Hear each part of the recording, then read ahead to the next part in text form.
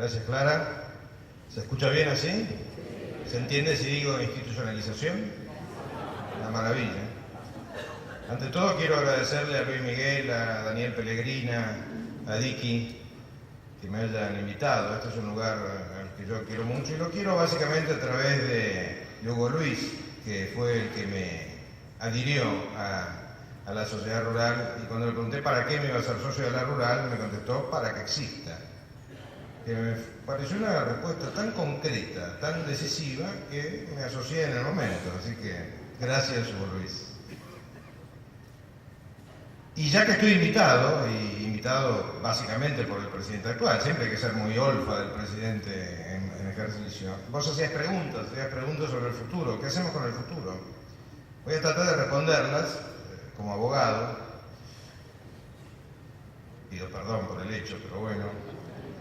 Y es importante tratar de ver desde mi punto de vista lo que pueda ser aprovechable de este periodo kirchnerista.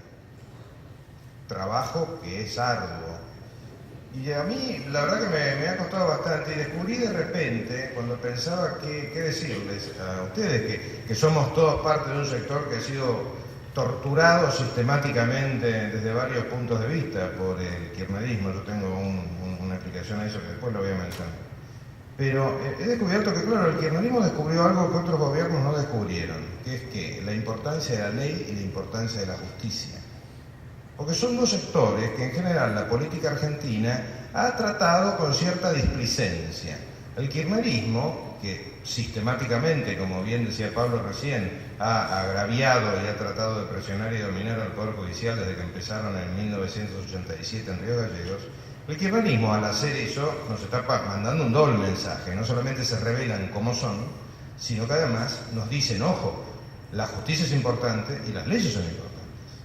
Con lo cual, que ellos violen las leyes, allá ellos, pero el problema es nuestro. El problema no solamente es el corrupto, el problema es el que permite que quede impune, porque la impunidad no depende del corrupto, la impunidad depende del que no es corrupto. Y esto, de alguna manera, cuando lo vemos desde un punto de vista de política general, tiene que ver con otro tema que es relativamente asombroso. Y es que si uno analiza la Constitución organiza un sistema de gobierno que no está integrado por el Poder Ejecutivo, punto. El sistema de gobierno está integrado por el Poder Ejecutivo, el Legislativo y el Judicial. Y una vez más, cuando analizamos la historia de la Argentina, el Poder Judicial ha tenido como una actitud de relativo, con una especie de gen recesivo, que incluso se consolidó, y perdón que entre en este tecnicismo, con una teoría que ha sido bastante extendida en el mundo, y es que existían cierto tipo de actos que no eran judiciables, que no eran sometibles a la justicia. Cosa que a mí siempre me llamó la atención, sobre todo teniendo en cuenta que, como bien decía también Pablo recién, la justicia está presente en todos nuestros actos, hasta en nuestras situaciones más íntimas. La justicia puede evaluar si hemos cometido una violación a nuestros deberes como padres, como maridos, como hijos. Si hasta en eso se puede meter la justicia, ¿cómo es que la justicia no se puede meter en determinado tipo de actos de gobierno porque parecieran pertenecer a una, entre comillas, esfera de reserva de la administración?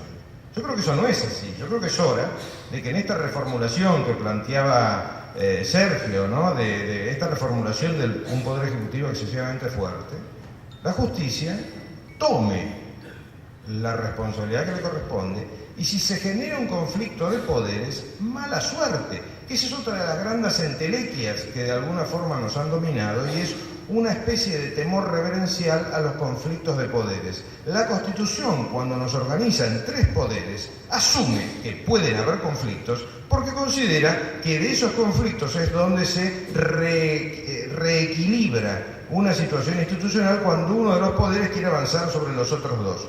Porque si no hay conflicto, en determinadas situaciones lo que hay es sometimiento. La opción es o me someto o genero un conflicto, que es lo que ha terminado ocurriendo tantas veces cuando la Corte no ha exigido el cumplimiento de sus sentencias, denunciando al responsable, que puede ser perfectamente el Poder Ejecutivo, como violador de una ley. Esto es un tema que tenemos de alguna forma que encararlo tarde o temprano. El Poder Judicial tiene que ponerse los pantalones largos en la Argentina, Por supuesto que no podemos invertir el sentido de los juramentos, pero a veces es bueno las imágenes, ¿no? Esa imagen del presidente de Estados Unidos, el hombre que tiene el botón con el que explota el mundo, jura ante el presidente de la Corte, y curiosamente las Cortes en la Argentina juran ante el presidente de la Nación. Pero bueno, eso no lo vamos a cambiar, pero lo que sí podemos cambiar es una actitud del Poder Judicial como conjunto, de cierto sometimiento, que ha ido desgraciadamente empeorando a lo largo de algo que casi más que generaciones deberíamos llamar degeneraciones, porque el empeoramiento de la situación de nuestro país en los últimos 70 años es lamentable. Nosotros teníamos más PBI que Brasil hace relativamente poco tiempo. Entonces, bueno, en lugar de lamentarnos y llorar sobre la leche derramada, lo que tenemos que hacer es ver cómo le encontramos la vuelta. Como lo mío es el ámbito de la ley, de la justicia, del Poder Judicial, para tratar de explicarlo clarito pensé, digo, en tres grandes sectores, ¿no? En el sector número uno, que pareciera ser el menos conflictivo, cuando la justicia se ocupa de los problemas nuestros de cada día, tiene que dejar de perder el tiempo y usar estructuras del siglo XIX y ser rápida y eficiente. Rápida y eficiente significa que los procesos no pueden durar lo que duran, que no se puede usar una terminología larga e inútilmente compleja, en fin, rapidez y eficiencia. Eso no genera demasiados problemas, más allá de que es un gran desafío, y los que son abogados lo van a entender, porque es cambiar costumbres muy antiguas. En paralelo, la justicia tiene como una especie de doble función, una hacia el pasado y otra hacia el futuro. Empecemos por la del pasado, que también mencionaba Pablo. Nosotros no podemos convivir con la intensidad de impunidad que hay en la Argentina. Tienen que investigarse los delitos y tienen que castigarse los delitos. Pero se los tiene que castigar para quebrar un porcentaje que es terrible, que oscila entre el 95 al 98% de delitos en los que no hay condena. Y me refiero a los delitos que van desde las manos ensangrentadas hasta los guantes blancos, a todo tipo de delitos. Esto tiene que terminar. Es imposible seguir viviendo con un país así, sobre todo porque se va a producir un efecto terrible, que de hecho ya lo hemos constatado. Si pensamos en la experiencia de los que estamos acá, los que tenemos una visión panorámica de 10, 20, 30 años para atrás, cuando no se castiga al que roba hoy, el que roba mañana va a robar más y mejor. Ese es el gran problema. O sea, ¿por qué motivo tenemos que confiar todo en que nos salga la lotería de un tipo honesto? No se puede estructurar un país sobre la lotería de que nos renazcan de vez en cuando San Martín y Belgrano. Tenemos que tener un sistema que cuando no se portan bien, van presos, pero presos, no con condenas condicionales, presos. ¿Ustedes se dieron cuenta que los noticieros en la Argentina, no me volví loco, o por lo menos no estoy tan loco, los noticieros en la Argentina no tienen noticias internacionales? Esto que fue desgraciadamente generalizándose nos impide que veamos en la Argentina, y sobre todo le impide a la gente que tiene menos acceso que nosotros a los viajes o a la cultura, nos impide ver que en todos lados del mundo hay presidentes presos, primeros ministros presos, ministros presos. Pero esto pasa hoy en día, no es que pasó hace 100 años. ¿Eso qué hace? Eso hace que en la Argentina se tenga una concepción rarísima por la cual el presidente y los ministros están por arriba de todos nosotros. Y no están por arriba de todos nosotros, tienen que estar abajo, junto con nosotros, de la ley. Esto es clave. Y hay un tercer rol que tiene, desde mi punto de vista, la justicia, que también es decisivo. Y es que a veces cuando pensamos en futuro tendemos a concentrarlo en la economía, ¿no? En las decisiones económicas, en las medidas que haya que tomar en tal o cual sentido. Pero las decisiones económicas que toman los que se llaman sujetos económicos, los agentes económicos, que somos cada uno de nosotros, no solo tienen en cuenta las normas económicas, tienen en cuenta todo tipo de normas, que van desde cómo vivo, cómo puedo educar a mis hijos, etcétera, etcétera. La Argentina está, para decírselos en francés, en el horno. ¿Por qué? Porque la suma de un nivel de coimas infernal, un nivel de ineficiencia monumental, un Estado superpoblado que genera permanentemente obstáculos y trata de justificarse a sí mismo multiplicando trámites al nivel del infinito, por definición, es un país que ahuyenta cualquier tipo de inversión. No es posible que si voy a Perú pueda constituir una sociedad en 2 días y acá tarde 2 años. Porque es evidente que aunque no hubiese corralito, que aunque no hubiese cepo, que aunque no hubiese todos nuestros grandes inventos económicos, no somos un país que alienta la inversión. Vamos a ver qué pasa ahora con el fallo de la Corte, que consideró que las retenciones eran impuestos. Si son impuestos y no está dispuesto por el Congreso y originado en la Cámara de Diputados, se tiene que caer. Y si no se puede financiar el Estado, es un problema del Estado para que se redimensione, no un problema de los particulares para que se redimensione.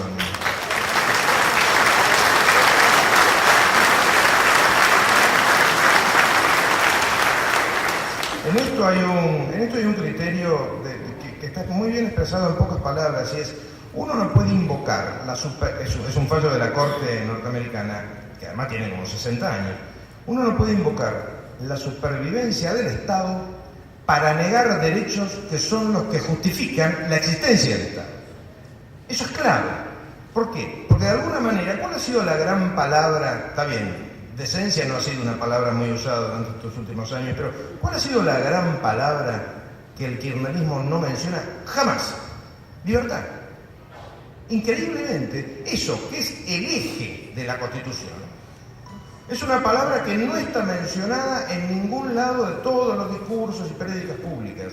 ¿Por qué? Porque la libertad es incompatible con la presencia estatal, y la presencia estatal tiene un disparador que, si bien está disimulado en ideología, porque esta gente son maestros de la ficción ideológica, son alumnos destacados de Goebbels en ese aspecto, si bien está disimulado en la ideología, tiene que ver con la recaudación de coimas.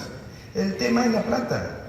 Esto todo está estructurado en base a la creación de coimas, de kioscos, como se lo llama en la jerga.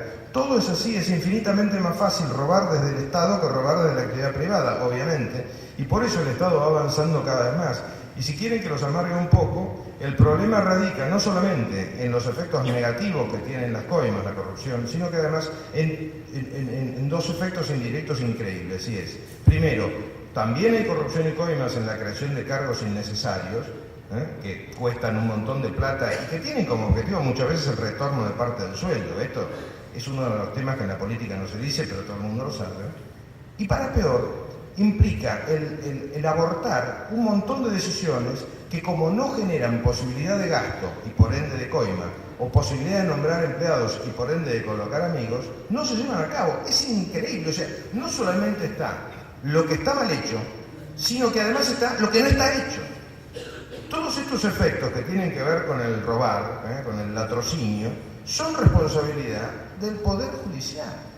Son responsabilidad del Poder Judicial, digámoslo sin ponernos colorados. Esto es elemental. No podemos seguir con un esquema en el que se analiza el sistema penal como una especie de valla a la que hay que derrumbar. Menos mal que no salió el proyecto de Código Penal que estuvo en análisis, pero sí ha salido el Código Procesal Penal, que es bastante malo, y hay en estudio, hay un paquete de 5 leyes que son terroríficas, contra las que tenemos que ponernos a pelear ya en estos días, a lo que le tenemos que agregar encima, como si faltasen pocos problemas en la Argentina, un Código Civil que nadie necesitaba, que nos va a meter, nos lleva más o menos unos 160 años para atrás, nadie sabe muy bien lo que dice, pero bueno, Napoleón quería reconstituirse en una especie de Idi Amin Dada, que era un admirador de Napoleón y no por eso era bueno, y tenemos un nuevo Código Civil que va a ser otro obstáculo para la certeza jurídica que todos necesitamos. Todo esto, aunque parezca mentira, yo estoy convencido que son temas que se pueden solucionar desde la justicia. Y por algo es que el kirchnerismo, como bien también explicaba Sergio, necesita dominar el futuro a través de organismos que son eminentemente judiciales, que son la Procuración, juzgados y fiscalías y entes de control. A lo que apuntan, por ejemplo, estas reformas a las que me refería, de las 5 leyes del Código Procesal Penal, es a las fiscalías. Ojo con eso, como son temas muy técnicos, de una gran complejidad, igual que lo del Código Civil. Los peligros más grandes están en esos temas que uno no puede explicar ni siquiera en 3 horas, menos en una entrevista radial o televisiva de 10 minutos. Yo no se los puedo explicar acá, teniendo los 20 minutos que Clara está a punto de avisarme que están por terminar. En realidad están agotados, pero tomate 5 minutos más. Y todo esto es precisamente la bomba de tiempo que está dejando el gobierno. Yo estoy convencido que todo esto tiene solución. Tiene solución en la medida en que usemos otra palabra. Más allá de que bien explicaba Jorge Jacobe que los jóvenes piensan de una manera distinta y no les gustan los liderazgos fuertes, hay que tener coraje. Hay que tener coraje, porque si no se produce el juego perverso en el que el kirchnerismo, para seguir con deportes, como Pablo, aunque yo ni piso, yo soy más churchilliano en eso, me parece que Uno está bien gracias a no hacerlo. El kirchnerismo ha jugado con nosotros al rugby, nosotros no podemos jugar con el kirchnerismo al badminton. Con lo cual, después de una herencia de 12 años de atropello, de leyes que son espantosas, de todo un sistema desastroso, el próximo gobierno va a tener que tomar decisiones muy duras y tiene que tomarlas, además las tiene que tomar los primeros días, en esos 100 días de luna de miel que se supone hay. Tiene que implicar esto ciertos cambios legales de la época kirchnerista, tiene que replantearse la vigencia de algunos códigos que perfectamente se podrían suspender y someter a análisis. Yo no digo despreciar lo bueno, es casi imposible encontrar el mal absoluto en la actividad humana, quizás haya algo bueno, pero bueno, lo cierto es que el próximo gobierno, si lo quiere, lo puede hacer. Nosotros somos un país que realmente tiene un montón de potencialidades y no creo que empiecen por los recursos naturales, sino por los recursos humanos. Porque pensemos que en un sistema en el que no hay premios y castigos, en el que no hay sanciones penales prácticamente para nada, todavía no nos matamos entre nosotros. Hay muchos accidentes de tránsito, hay muchas víctimas de inseguridad, pero de todas maneras, visto globalmente, en un país donde no hay sanciones, que la mayoría de nosotros cumpla con la ley, es un dato no menor. En fin, lo cierto es que creo que no faltan soluciones, lo que falta es sentido común y coraje. Gracias.